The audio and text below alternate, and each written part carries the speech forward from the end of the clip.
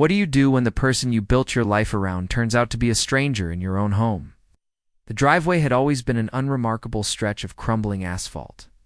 Just another thing we'd both agreed to fix, but never got around to. In a way, it mirrored our marriage.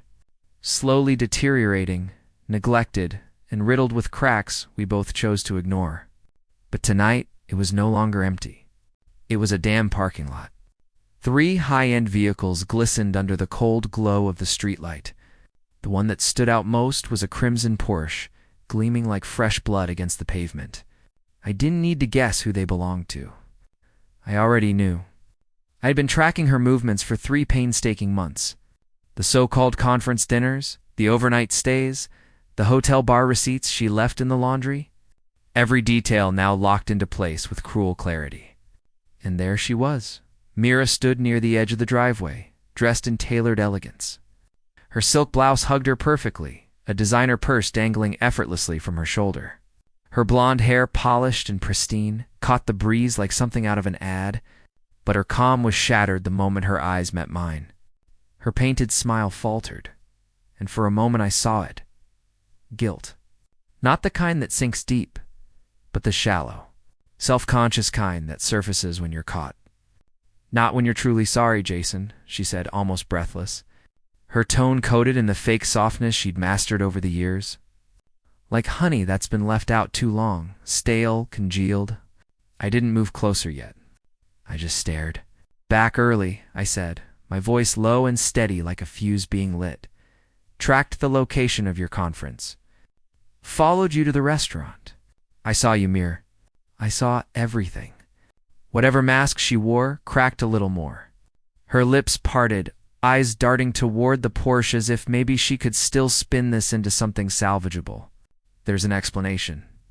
I cut her off, stepping toward her. An explanation for why 3 luxury cars are parked in my driveway, all owned by the same man. "Is that your idea of a professional dinner now?" The fear reached her eyes. Clear, undeniable. Her confident posture shrank as I closed the gap between us. "I saw the way you looked at him," I hissed. "The way he touched your back, the way you laughed like a schoolgirl trying to impress her crush." I saw the kiss. The rage wasn't just about the physical betrayal. It was the emotional desertion, the lies, the way she used my trust like a doormat while she built fantasies with another man. "Business dinners." I barked a bitter laugh that cracked the silence around us.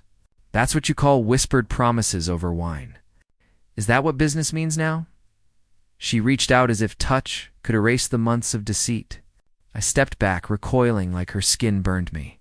"Don't," I said, my voice with fury and something deeper. Heartbreak. "Don't ever touch me again."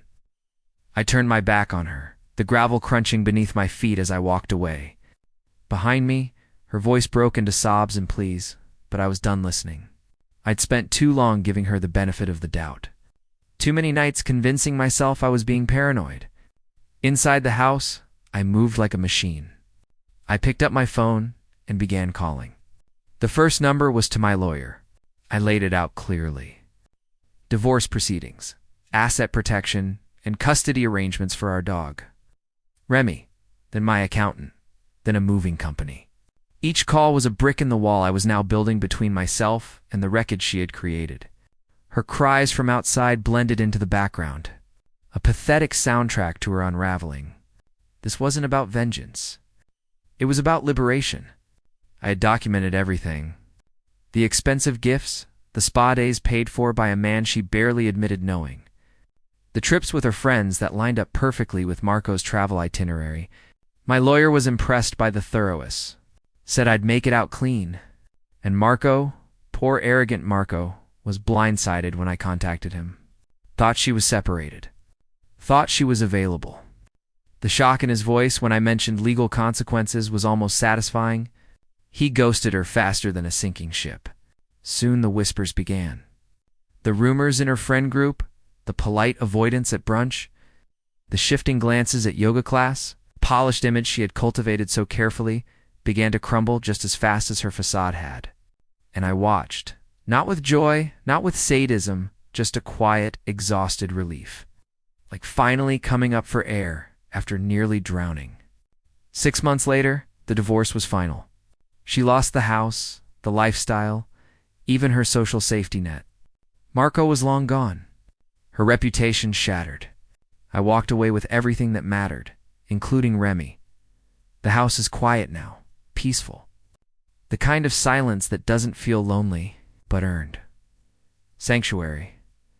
I sip my wine on the porch most evenings, staring out at the now empty driveway. Funny, it once held the symbols of betrayal. Now it holds nothing but peace. Betrayal taught me pain, but survival taught me purpose.